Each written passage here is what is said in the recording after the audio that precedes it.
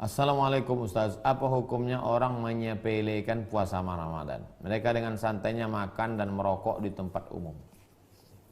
Kalaulah mereka ini hidup pada zaman Umar bin Abdul Aziz atau Umar bin Khattab, wilayah hisbah. Wilayah hisbah itu polisi syariat, polisi agama. Menangkap mereka. Ditanya dia, kenapa kau tak puasa? Kalau kata dia, puasa ini hanya buang-buang waktu aja. Puasa ini ecek-ecek aja nih. Hari apa dia ngomong gitu? Hari Senin. Kasih waktu 3 hari. Selasa, Rabu, Kamis. Kalau Kamis dia tak taubat, Jumat pagi langsung 3 hari kasih bertobat. Dia namanya kafir jahid. La yahillu damu mri'in muslim illa li ihda salas. Tidak halal darah orang kecuali melakukan 3. Pertama, an-nafsu bin nafsi, pembunuh, pancung kepalanya. Yang kedua, as-sayyibu zani, pezina, lempar batu sampai mati. Yang ketiga, at-tariku lidinihi, menyebabkan orang murtad adalah karena mengingkari ajaran Islam. Kalau dia ditanya, kenapa kau tak puasa? Aku tahu puasa itu wajib. Kenapa kau tak puasa? Nantilah udah agak-agak tua sedikit baru puasa. Maka dia fasik, tidak kafir. Hukumannya ta'zir. Bermusyawarahlah ulil amri dengan ulama apa layaknya hukum. Gimana? Apa hukuman yang layak untuk dia nih? Yang merokok-merokok, yang minum-minum di jalan nih, nggak usah dipancung Pak. Terus kita cambuk aja. Berapa kali? Ya agak-agak 5.000 kali.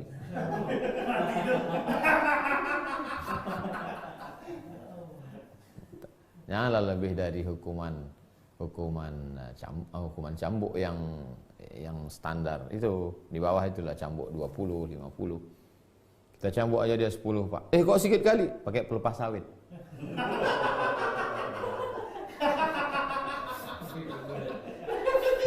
Pangkalnya pula tuh.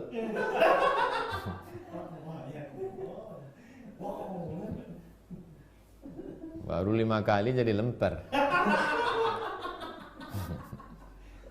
Orang sepele sekarang tuh kan tak ada hukuman. Tak ada hukuman, jadi orang sepele. Tak ada punishment. Di dalam aturan apapun mesti ada hukuman. Ada kepastian hukum. Kenapa orang takut melanggar di Singapura? Kenapa orang takut melanggar di Singapura?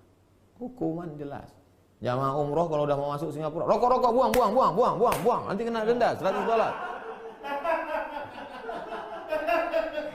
Ada kepastian hukum. Kalau pasti hukum, orang takut. Jadi kalau tak pasti, nanti kena hukum, entah ya entah tidak. 2. Siti Aisyah. Ustadz, jika seorang wanita dipinang lelaki bermanhaj salafi dan dia melarang untuk mendengarkan ceramah selain yang satu manhaj dengannya, apa yang harus dilakukan Pak Ustadz? Nampaknya mau melaga-laga saya sama salafi. Apa tak cukup lagi video tu salafi itu mencaci maki saya? Dibilangnya saya ustaz ahli subuhat. Tanya aja lagi. Salafi tak suka sama saya. Sedangkan Imam Bukhari aja mereka kritik. Mau tahu antum kritiknya ke Imam Bukhari. Imam Bukhari itu khatimatul huffaz. Penutup para hafiz Imam Bukhari. Kan alang-alang, kan tanggung-tanggung, kan ecek-ecek.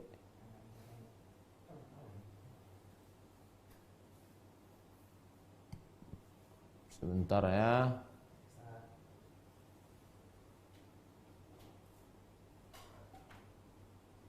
Dia hilang pula kalau sedang dicari ini. HP ini pun takut juga sama salafi.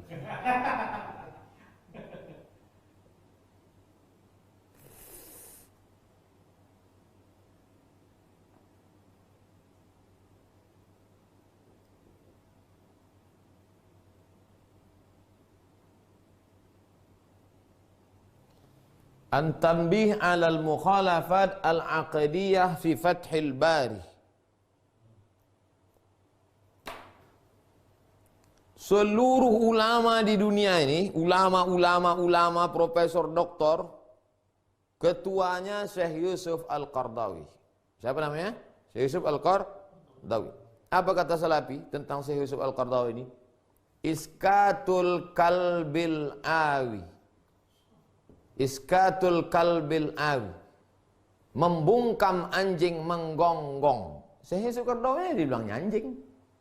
Apalagi lah kutil-kutil macam saya. Syekh Al-Qaradawi dibilangnya anjing. Seluruh ahli hadis di dunia ini yang dapat bergelar kalau sudah disebut waqalal hafiz. Kalau sudah disebut hafiz, tak ada hafiz lain selain Hafiz Ibnu Hajar Al-Asqalani. Al-Hafiz Ibnu Hajar Al-Asqalani. Sahih Bukhari itu 7.275 hadis habis di syarahnya semua. Semua yang menghantam Sahih Bukhari dibantahnya semua dalam muqaddimah Fathul Bari. Namanya Hadiyus Sari Muqaddimah Fathul Bari Syarh Sahih Bukhari. Itu pun dibantai Salafi juga. Ini nama kitabnya. At-Tanbih 'alal mukhalafat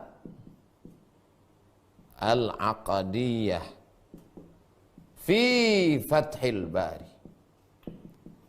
Peringatan terhadap mukhalaf yang bertentangan dengan masalah akidah dalam Fathul Bari. Kenapa? Karena Hafiz Ibnu Hajar Asqalani itu Asy'ari. Udah, Siti Aisyah. Jelas itu? 3. Rahmani. Ustaz, kenapa sujud sajadah? Nama ayatnya sajadah. Nama sujudnya tilawah. Kenapa sujud tilawah dalam salat hanya dilakukan pada saat surat sajadah? Padahal di beberapa surat lain dan juga ayat yang berkaitan sujud. Siapa bilang cuman pada alif lam mim tanzil saja? Ada 15 di situ. Dalam Quran itu ada 15. Coba tengok Quran di halaman belakang. Tempat-tempat tilawah. Kalau ketemu dengan itu sujud, baik dalam sholat maupun di luar sholat. Kalau ada imam yang tidak sujud, bukan berarti dia bertentangan dengan sunnah. Mungkin karena dia mau cepat, mungkin dia mau ngejar khatam, mungkin ada kemungkinan. Tapi bukan itu aja. Ini Pak Rahmani ini berarti dia kebetulan sholat, imamnya pas itu aja sujud, tempat lain tak sujud. Nah, saya kasih tahu bahwa 15 ayat sajadah, maka kalau dalam sholat sujud tilawah. Kalau di luar sholat sedang baca Quran juga sujud. Tapi hukumnya sunat, tidak wajib. 4. Bu Rahma. Ustadz, kalau seorang anak perempuan belum nikah, mau membayarkan zakat fitrah untuk orang tua dan adiknya, apakah dibolehkan? Sementara orang tuanya mampu membayar zakat. Farada Rasulullah SAW sadaqatal zakatal fitri. Allah mewajibkan, Rasulullah SAW mewajibkan zakat fitrah sa'an min tamrin, 1 sa' kurma, au sya'irin, sa'an min 1 sa' gandum, 1 sa' syair gandum, tamrin kurma, ala saghiri wal kabiri, anak kecil dan orang besar. Orang besar membayarkan anak kecil. Saya orang besar, saya bayarkan anak saya bayarkan ponakan saya. Kalau dia misalnya rumah dia di kampung, dia sekolah, tinggal sama saya, semua yang dia ada tanggungan saya bayarkan. Nah sekarang orang tua ini tak mampu, anaknya membayarkan, bagus. Orang tuanya mampu, anak ini mau membayarkan, ya tak apa-apa, hadiah, dia ngasih hadiah. Berbagi hadiahlah kamu, maka kamu akan berkasih kasih sayang. Nanti waktu akadnya Pak Ustadz, akadnya tetap diri sendiri. Ini zakat fitrah untuk si fulan bin fulan tunai. Nah, gitu zakat. Kalau kita membayarkan orang. Ini Pak, zakat fitrah 2,5, 2,7, 30 untuk si fulan bin fulan. Aku terima. Itu akad itu sunat. Kalaupun tak mau pakai akad, niat aja dalam hati. Sah. Innamal a'malu bin niat. Yang terakhir Pak Ali Hasan. Ustadz, apa hukumnya tanah masjid dialih fungsikan jadi madrasah? Wakaf tak bisa dialih-alih. Wakaf itu kalau sudah untuk masjid, masjid aja. Kalau sudah untuk kuburan, kuburan aja. Kalau untuk lembaga pendidikan, pendidikan aja, tak boleh dialih-alihkan. Itulah makanya saya himbau kepada seluruh masyarakat yang mengelola wakaf, urus pertama ke Kementerian Agama, namanya akta ikrar wakaf, dari yang berwakaf kepada si penerima wakaf, ada ijab kabul, disaksikan saksi, dibuatkan akta ikrar wakaf, dibawa ke BPN, Badan Pertanahan Nasional, keluarlah suratnya, dia sudah menjadi milik nazir pengelola wakaf. Karena kalau masih lagi nanti dialih-alihkan. Ini ambil aja lah tanah itu Pak Ustadz, Pak Haji ambil aja lah tanah itu. Karena waktu itu tempat jin buang hantu. Begitu dibangun mall, mahal harga tanah itu, dia ambilnya balik. Maka cepat diurus akta ikrar wakafnya ke Pak Kua. Ibu, besok kalau bapak tuh pergi ke Kuanya mengamuk pula. Abang mau kemana? Mau ke Kua? Jangan Pak, mengurus akta ikrar wakaf. Kena bang mau bini lagi. Siapa mau sama abang kau nih? Udah kau tengok peot udah.